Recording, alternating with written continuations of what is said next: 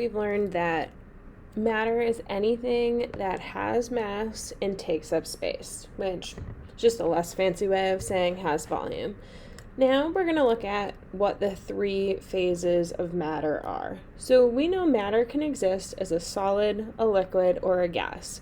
So we want to look at properties of those three states or phases. We're going to start with solids. So if we look at the particles in the solid, they are super tightly packed together and they're really just vibrating in place. Solids have a definite shape and a definite volume. It's just not going to change. And when we're looking at density of a solid, we're looking at measuring density in grams per centimeter cubed. Our next form of matter is a liquid. So liquids are still pretty tightly packed together, as you can see in that picture, only they're moving a little bit more. There's a little bit more space between the particles, so they're able to slip and slide by each other. Liquids have an indefinite shape, which just means they're going to take the shape of the container that they're in. So just because you take a cup of water and you dump it into a gallon jug, that's not magically going to fill that gallon. It's just going to change its shape. So because we're going to keep the same amount and it's going to take up the same amount of space, we say that liquids have a definite volume. And if we're looking at the density of a liquid, we measure that in grams per milliliter. So my last phase of matter is going to be gas. So you can see these particles are a little bit further apart. They're kind of moving freely wherever they'd like.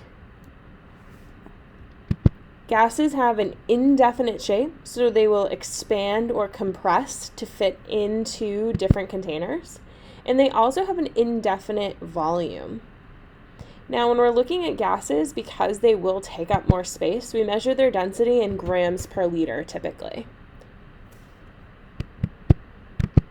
So we can very easily transition between the three phases of matter just by using different transfers of energy. So if we look at our phase transition, so if I'm going to start, I'm going to make a nice little triangle. This visual becomes super helpful. So I have a solid, liquid, and gas. So if we want to go from a solid to a liquid, we call that phase transition melting.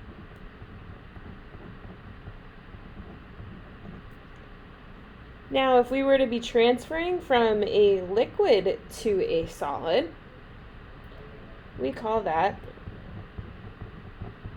freezing. A liquid to a gas is evaporation. A gas to a liquid is condensation.